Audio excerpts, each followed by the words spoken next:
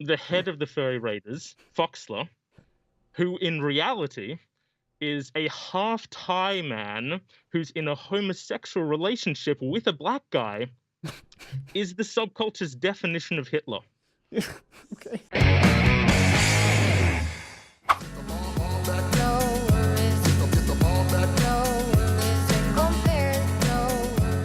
Go through all the effort of dancing. Get him. Show him. There we go. There we go. There you go.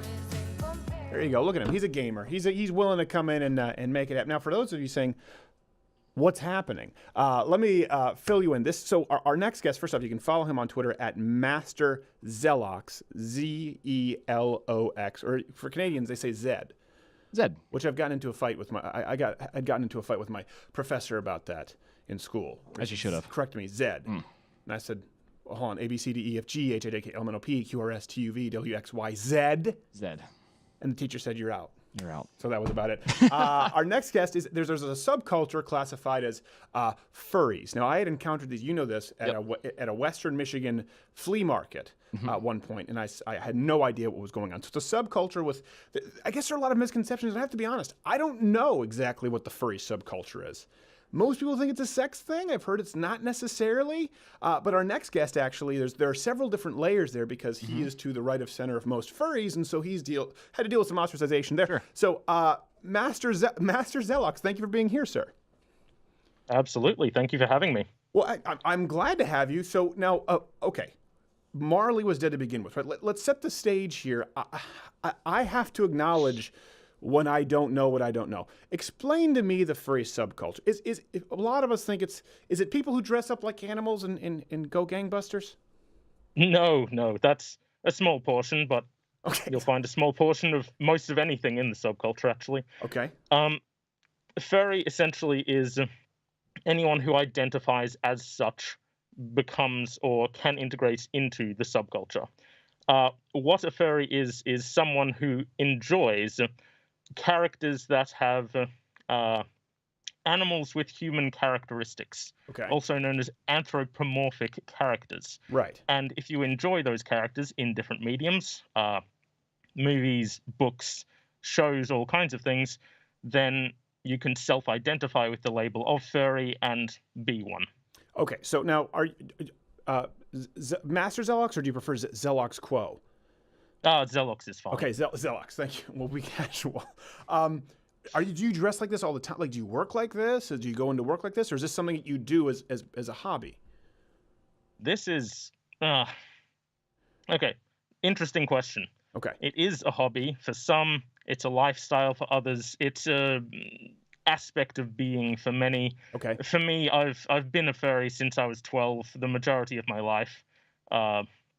I created this costume myself, and I wear it on occasion, but only occasionally. Okay, so you're not going to work. You're not going into your day job dressed as this. Absolutely not. Well, I don't know. This isn't.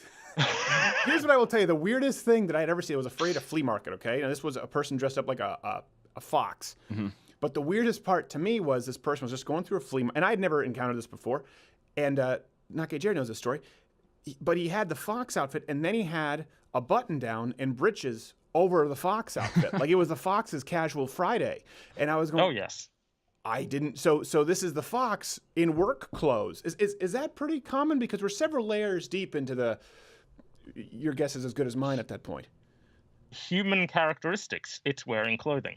Okay. It doesn't need to. It has fur. It would be absolutely pointless and too hot. Right. But it has human characteristics. Okay. So it seems to me like for a lot of people, this is more of at least even if it's a lifestyle, this isn't necessarily, you're not pushing legislatively to have furry bathrooms. Oh. It's fun. It's dress up. It's fun. Some people feel it's a release for some people. Oh yes, it's escapism. It is enjoyment. It is for many a way to enjoy and express themselves. Like Comic-Con. Yes. Okay. That doesn't sound so weird to me. Yeah. But, okay, yeah. There are a lot of adults, and as a result, there are adult aspects of the subculture. Of course, you get these kind of things. Well, and you will also find, within the subculture, a far more significant proportion of GLBTI, etc. individuals. Yes. Well, that was going to be my follow-up question. What would you wager percentage-wise? Some people are into the whole furry thing just for the kinky stuff. Just for the kinky stuff, I would say none. Okay. Because you are focusing solely on the kinky. You have to remember there is the enjoyment aspect, the personality, the enjoyment of animals. There's all of these other concepts. Right. Okay. So for what would you say percentage-wise? Let me rephrase. Percentage-wise of people who are attracted to the sexual component to it more than the expression, the fun. Well, what would you say percentage-wise are people who are out there having fun, dressing up, versus people who are primarily attracted to, the furry sex parties? I can't even pretend to imagine I could know that number, unfortunately. Well, because this is how people perceive it, obviously, and a big part of it is because of the LGBTQ AAIP push. So I know, obviously, you don't. I don't believe you're a part of that community. You are more. How would you describe yourself? Conservative, libertarian, right-leaning? I am a left-leaning libertarian, and I would describe myself as part of that group, actually. Oh, really? Okay, I apologize. See, I got it wrong. Well, no, that's entirely, no, it's fine. Then why all the hate? Why are people so angry with you? I mean, I had to do some digging to make sure that none of the claims were true, and I see a Star of David there, Nazi, crazy alt-righter. This is what they've said to you about you, and I know you've had some backlash just for expressing different opinions. So if you are a part of that community, and you're a left-leaning libertarian, and you're a furry, why don't you get the hall pass? In the furry subculture, the Overton window is so far left, and it was left to begin with. But in the last few years, ever since the election of Trump, it has been pushed further left and further authoritarian. Okay. As a result, anyone moderately left, centrist, libertarian, conservative, all of these individuals are getting targeted and told that they're Nazis, their views are bad, they need to leave the subculture. Okay, so they want you. How do they dox a furry? Do they figure? I mean, do you all know each other's identities, or is it generally kept from each other in the community, and you only live under these kind of pseudonyms? How are they able to find you, or have they banned your furry identity character, as it were? Yes, because the furry identity and character is you. It is your expression of self within the community. Okay, so you couldn't But do some furries have different furry outfits, different furry characters? Oh, yes, absolutely. Okay. There are many who have multiple, okay, and they flip constantly, but you tend to know who they are. So if you were to change, let's say, an outfit, if you were to build something, you'd think they would still know? I wouldn't want to. Xelox is me. Right. Well, yeah, you shouldn't listen. If you shouldn't have to, especially, I would think kind of the last bastion of safe space for being a little different would be freedom. You know what I mean? I mean, listen, I'm sure you and I don't line up on a whole lot, but I would think they should be taking anyone they can get, all encompassing. If this is bizarre, that's the most bizarre component of this to me, if you can believe that.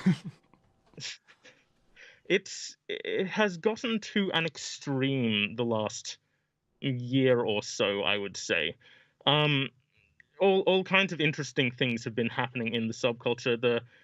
The cutting back on freedom of speech and expression, there have been numerous individuals who've told jokes, and then from the jokes, they have had their panels and their events banned at furry conventions. And they can't present anymore, they can't run things because they've said an inappropriate joke once. Okay, forgive me here, but you're dressed in, I don't know what this is. Is it a wolf sort of? What would you describe it?